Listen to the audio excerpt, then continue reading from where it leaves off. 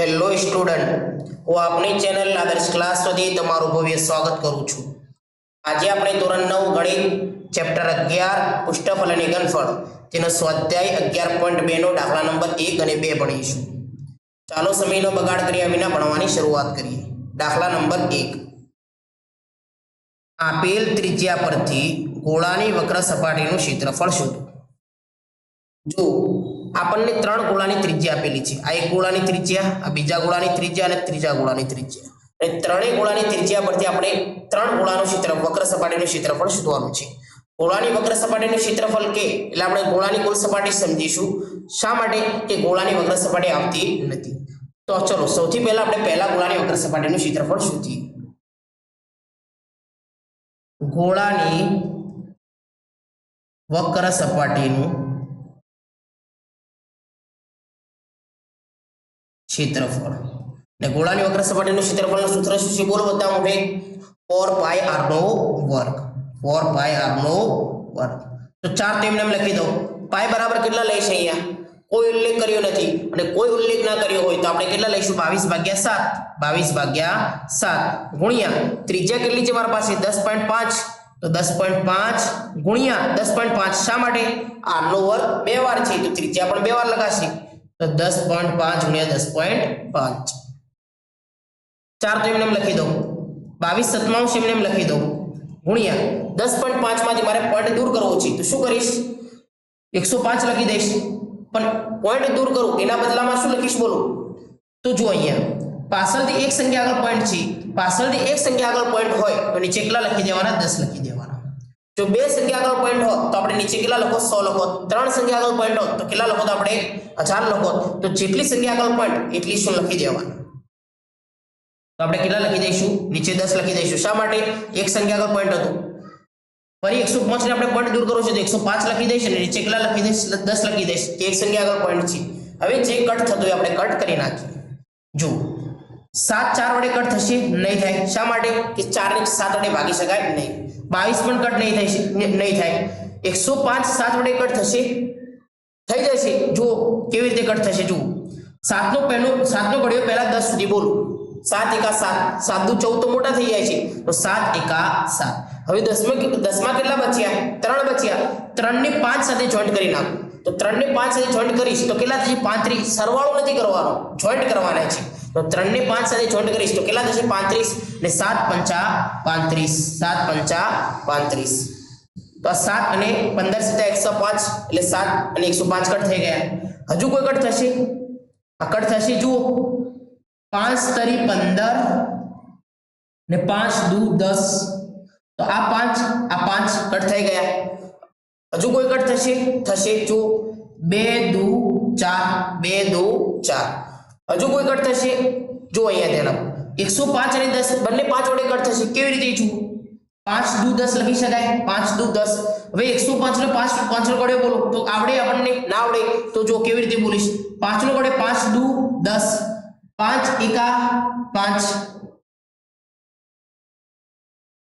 5 एका 5 तो 21 पंचा કેટલા થશે 21 पंचा 105 तो आ 5 અને આ 5 ને કટ કરી નાખો। હજુ કોઈ કટ થશે જુઓ આ બે અને આ બે ને કટ કરી નાખો। હવે આપણા પાસે શું બચ્યું જુઓ 22 બચ્યા 3 બચ્યા અને 21 બચ્યા અને આ ત્રણેય આપણે શું કરી દઈએ ગુણાકાર કરી દઈએ તો આપણો જવાબ મળી જશે 22 ગુણ્યા 3 તો 22 તરી કેટલા થશે 66 22 તરી 66 ને 66 નો ગુણ્યા 21 સાથે ગુણાકાર કરી દઈએ તો આપણો જવાબ મળી જશે। एक शून्य मूकी दो અને 6 દુ 12 6 દુ 12 ને 13 હવે 6 નો ગુણાકાર એક સાથે કરો 6 એકા 6 એકા 6 અને બંને સંખ્યાનો આપણે શું કરી દઈએ સરવાળો તો આપણે જવાબ મળી જશે 6 6 2 8 3 અને 1 તો 1386 સેમી નો વર્ગ। આપણે પહેલા ગોળાનો વક્ર સપાટીનું ક્ષેત્રફળ મળી ગયું 1386 સેમી નો વર્ગ।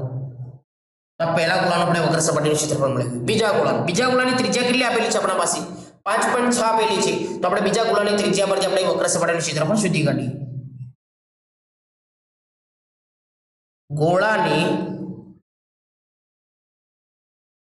વક્ર સપાટીનું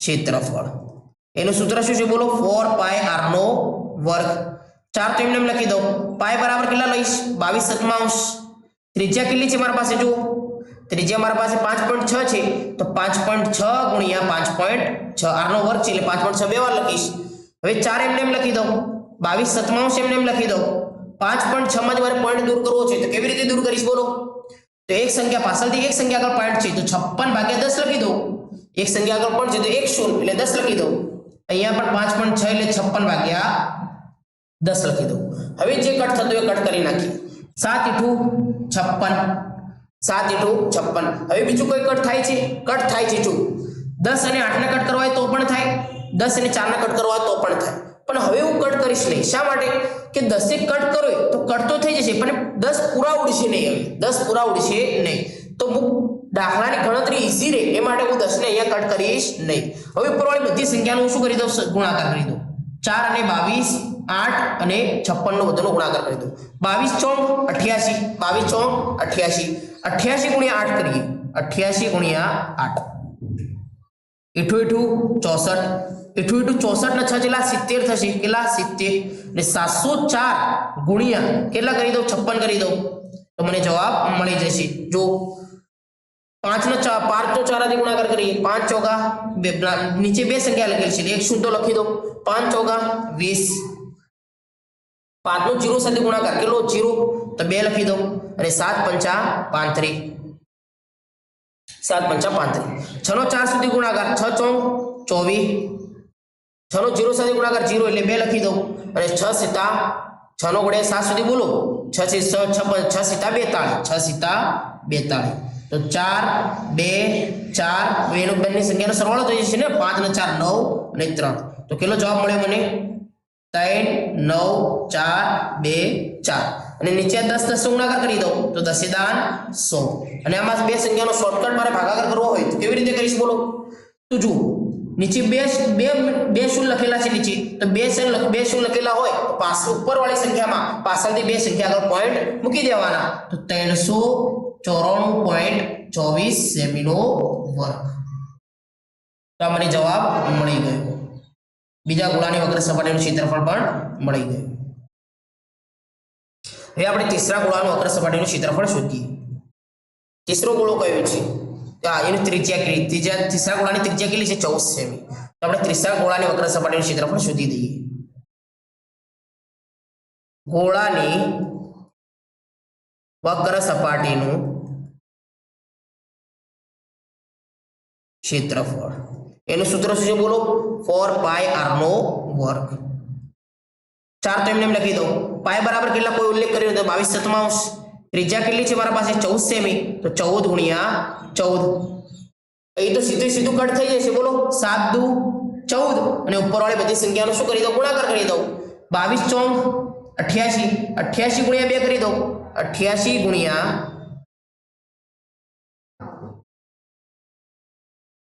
2 કરી દો 8 દુ 16 ને 1 17 અને 176 ગુણ્યા 14 કરી દો તો મને જવાબ મળી જશે તો બે નીચે બે સંખ્યા 100 લખી દો 176 એકા 176 6 નો 4 સાથે ગુણાકાર કરો 6 ચોક 24 7 નો 4 સાથે ગુણાકાર કરો 7 દુ 14 7 તારી 21 7 ચોક 28 અને 29 ના 30 ને 4 એકા 4 5 6 ને 7 હવે નીચે વાળી બે સંખ્યાનો આપણે સરવાળો કરી દઈએ 4 6 7 7 14 અને 1 ને 1 2 24 64 સેમીનો વર્ગ તો આપણો જવાબ કેટલો મળે બોલો 24 66 સેમીનો વર્ગ તો અહીંયા આપણે દાખલા નંબર 1 પૂર્ણ કર્યું ચાલો આપણે દાખલા નંબર 2 ભણીએ દાખલા નંબર 2 આપેલ વ્યાસ પરથી ગોળાની વક્ર સપાટીનું ક્ષેત્રફળ શોધો આપણને 3 ગોળાનો વ્યાસ આપેલો છે આ પહેલા ગોળાનો વ્યાસ આ બીજા ગોળાનો વ્યાસ આ ત્રીજા ગોળાનો વ્યાસ અને ત્રણેય ગોળાના વ્યાસ પરથી આપણે ત્રણેય ગોળાનો વક્ર સપાટીનું ક્ષેત્રફળ શોધવાનું છે સૌથી પહેલા આપણે શું કરીશું વ્યાસને આપણે ત્રિજ્યામાં ફેરવીશું અને વ્યાસને ત્રિજ્યામાં ફેરવી પછી આપણે વક્ર સપાટીનું ક્ષેત્રફળ શોધી દઈશું જો આપણે સમજીએ કેવી રીતના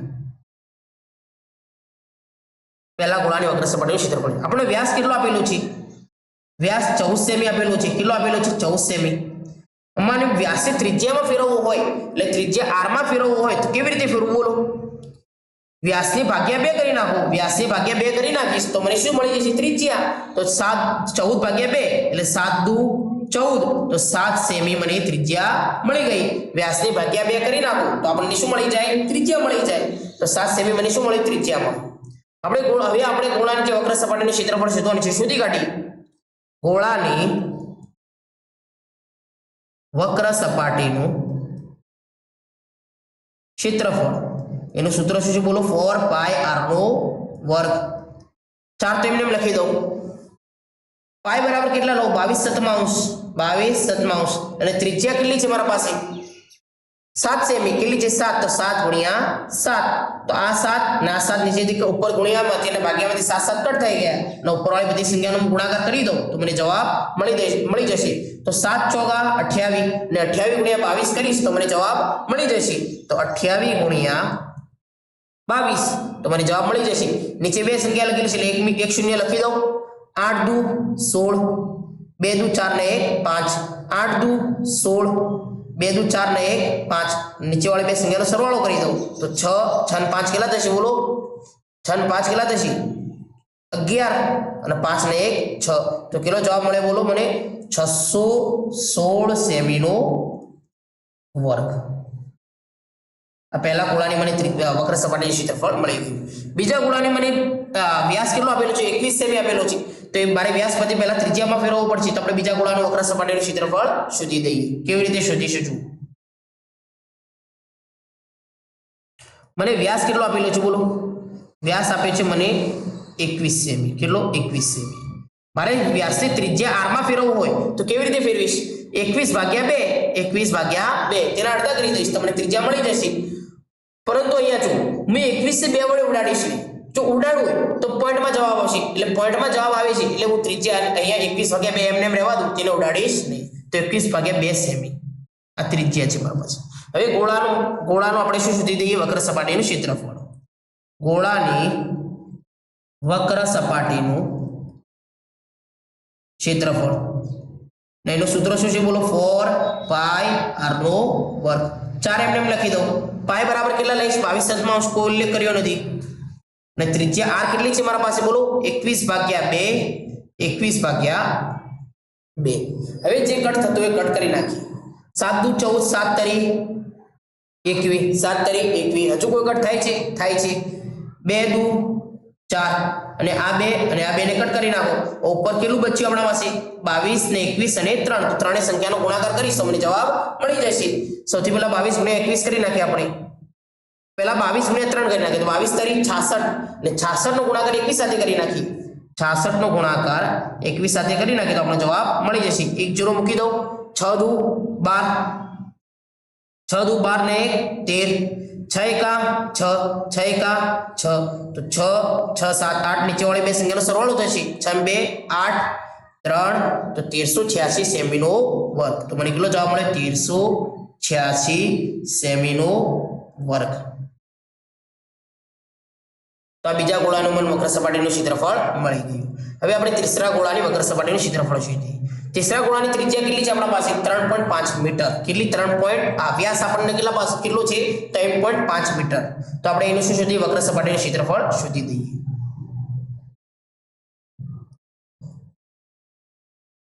વ્યાસ કેટલો આપેલો છે આપણને? 3.5 મીટર. આપણે એની ત્રિજ્યા r માં ફેરવવું હોય તો કેવી રીતે ફેરવીશ બોલો? 3.5 ને ભાગ્યા 2 કરી નાખીશ. તો મને ત્રિજ્યા મળી જશે. પરંતુ મારે હજી ત્રિજ્યાને હજુ ઈઝી કરવી હોય, હજુ આસાન કરવી હોય તો કેવી રીતે કરીશ? આ 3.5 માંથી પોઈન્ટ દૂર કરી નાખું તો 35 લખી દઈશ. નીચે ભાગ્યા 2 તો લખેલા જ છે એટલે પોઈન્ટ દૂર કર્યો ના બદલામાં નીચે શું લખીશ બોલો? 10 લખીશ. શું લખીશ? 10. શા માટે? એક સંખ્યા આગળ પોઈન્ટ હતો તો નીચે કેટલા લખીશ? 10 લખીશ. હવે ત્રિજ્યા મને મળી કેટલી? 35 ભાગ્યા 2 ગુણ્યા 10 મીટર. હવે આપણે શું કરી દઈએ? ગોળાની વક્ર સપાટીનું ક્ષેત્રફળ શોધી દઈએ. ગોળાની વક્ર સપાટીનું ક્ષેત્રફળ સૂત્ર શું છે બોલો? 4 પાઈ r નો વર્ગ. તો 4 તો એમને એમ લખી દો. પાઈ નો કોઈ ઉલ્લેખ કર્યો છે? કોઈ ઉલ્લેખ નથી કર્યો. તો આપણે 22 સતમાંશ લઈ લઈશું. 22 સતમાંશ. ત્રિજ્યા કેટલી છે આપણા પાસે? 35 ભાગ્યા 2 ગુણ્યા 10 ગુણ્યા 35 ભાગ્યા 2 ગુણ્યા 10 આ ત્રિજ્યા છે આપણા પાસે હવે જે કટ થતો આપણે કટ કરી નાખી બોલો કટ કરો 7 પંચું 35 7 પંચા 35 બીજો કોઈ કટ થાય છે જુઓ 5 દુ 10 5 દુ 10 હજુ કોઈ કટ થાય છે 2 દુ 4 હજી આ 2 અને આ 2 કટ થઈ જશે 2 કટ કરી નાખીશું બીજો કોઈ કટ થાય છે આપણા પાસે જો હજુ કટ થાય છે શું જો અહીંયા ધ્યાન 7 પંચું 35 5 સીધા 35 થશે ને અહીંયા પણ 5 દુ 10 5 દુ 10 તો આ 5 કટ કરી નાખો 5 કટ કરી નાખો જો આપણે આજે કટ કર્યું લાસ્ટ એ રીતે આપણે કટ થશે નહીં જો અહીંયા ધ્યાન આ સંખ્યા આપણે ફરી કટ કરીએ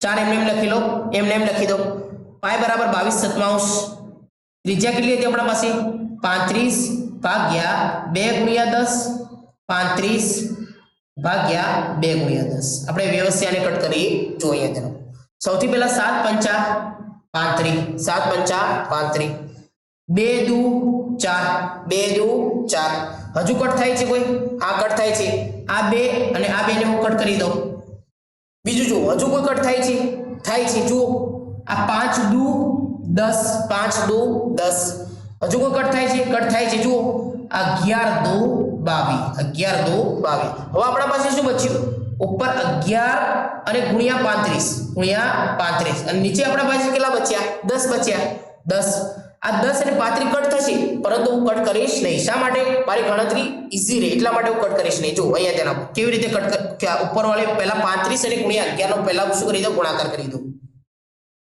35 ગુણ્યા 11 તમે કેટલો જવાબ આવશે જો 0 લખી દો બે સંખ્યા નીચે છે એટલે 35 એકા 35 આ એકનો 5 5 સાથે 5 35 એકા 35 થશે અને 35 એકા 35 5 એમને લખી દો 5 અને 3 નો સરવાળો કરો 5 6 7 ના 8 અને આ 3 ના 3 તો કેટલો જવાબ મળ્યો મને 385 ભાગ્યા 10 જો અહીંયા આપણે 10 ને કટ ન કર્યું તો એનો ફાયદો શું થયો આપણે સીધો શોર્ટકટ અહીંયા ભાગાકાર કરી શકશું કેવી રીતે નીચે 10 લખેલા છે તો ઉપરની સંખ્યામાં આપણે એક સંખ્યા પર પોઈન્ટ મૂકી દઈશું કેટલા 38 તો આપણો જવાબ કેટલો મળશે 38.5 મીટરનો વર્ગ તો આપણે આ તીસરા ગોળાનું અગ્ર સપાટીનું ક્ષેત્રફળ પણ મળી ગયું તો આશા રાખું છું કે તમને પહેલો અને બીજો દાખલો સમજાયો હશે ચાલો આપણે નેક્સ્ટ લેક્ચરમાં મળીએ